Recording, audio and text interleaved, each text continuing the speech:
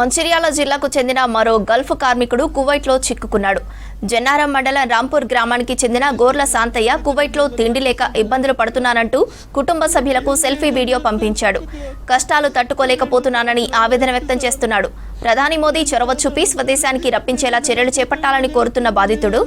దీంతో శాంతయ్య పరిస్థితిపై ఆందోళన వ్యక్తం చేస్తున్నారు కుటుంబ సభ్యులు. మోడీ సార్ దండాలు సార్ వీడికి 3 రోజులే సార్, తిండి లేదు ఏం లేదు. పోలీస్ స్టేషన్ చుట్టూ తిరుగుతున్నాను, ఎవరు పట్టించుకుంటలేరు సార్.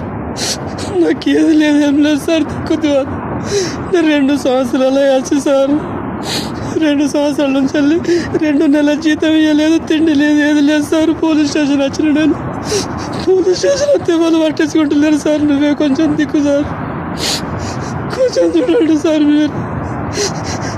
మోడీ సార్ దండాలు సార్ వీడికి 3 రోజులే సార్, తిండి లేదు ఏం లేదు.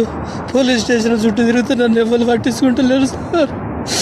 నాకు ఏది లేదు ఏం లేదు సార్. దిక్కుదు 2 సంవత్సరాలు వచ్చి సార్, 2 సంవత్సరాల నుంచి వెళ్ళి 2 నెలల జీతం ఇవ్వలేదు, తిండి లేదు ఏది లేదు సార్. పోలీస్ స్టేషన్ వచ్చిన నేను పోలీస్ స్టేషన్ వస్తే వాళ్ళు పట్టించుకుంటలేరు సార్. నువ్వే కొంచెం దిక్కు సార్.